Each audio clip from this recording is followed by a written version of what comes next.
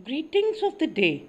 Let's understand chapter number 5 from our English grammar book, Nouns Case.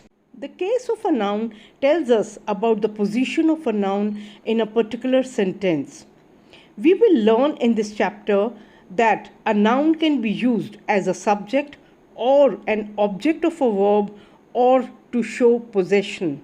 So we can say that the noun can be in the nominative, objective or possessive case respectively. Let's understand nominative, also known as subjective case. When a noun is used as the subject of a verb, it is said to be in the nominative or subjective case. We have to remember this, that to know the subject of the verb, we have to question who or what before the verb. For example, Navya ate an ice cream. Father gave a watch to Karan. In sentence 1, who ate the ice cream? Navya. So Navya is the subject. In sentence number 2, who gave the watch? Father. So father is the subject. So Navya is the subject of the verb ate and father is the subject of the verb gave. Hence, the nouns Navya and father are said to be in the nominative case. Now, objective, also known as accusative case. When a noun is used as the object of a verb, it is said to be in the objective or accusative case. We have to remember that to find out the object of a verb, we put what or whom after it. Let's take the same examples. Navya ate an ice cream. To find out the object of the verb, we'll have to question what did Navya eat? The answer is an ice cream.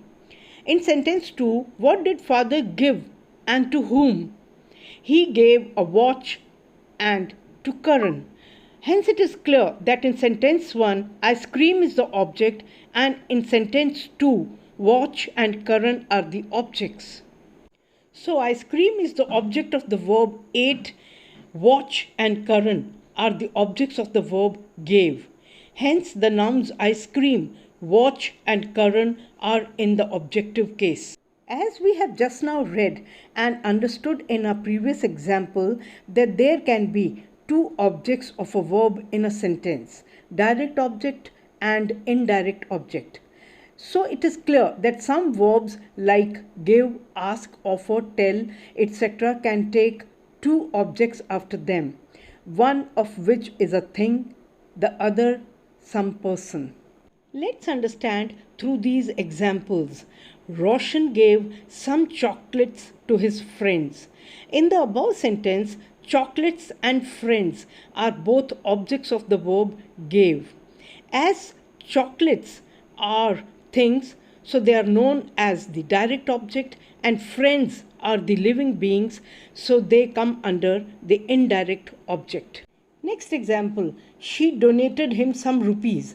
In the above sentence, him and rupees are both the objects of the verb donated. Him is the indirect object, rupees is the direct object. Thank you. We will learn possessive case of nouns in our next class. Till then, stay connected, stay protected.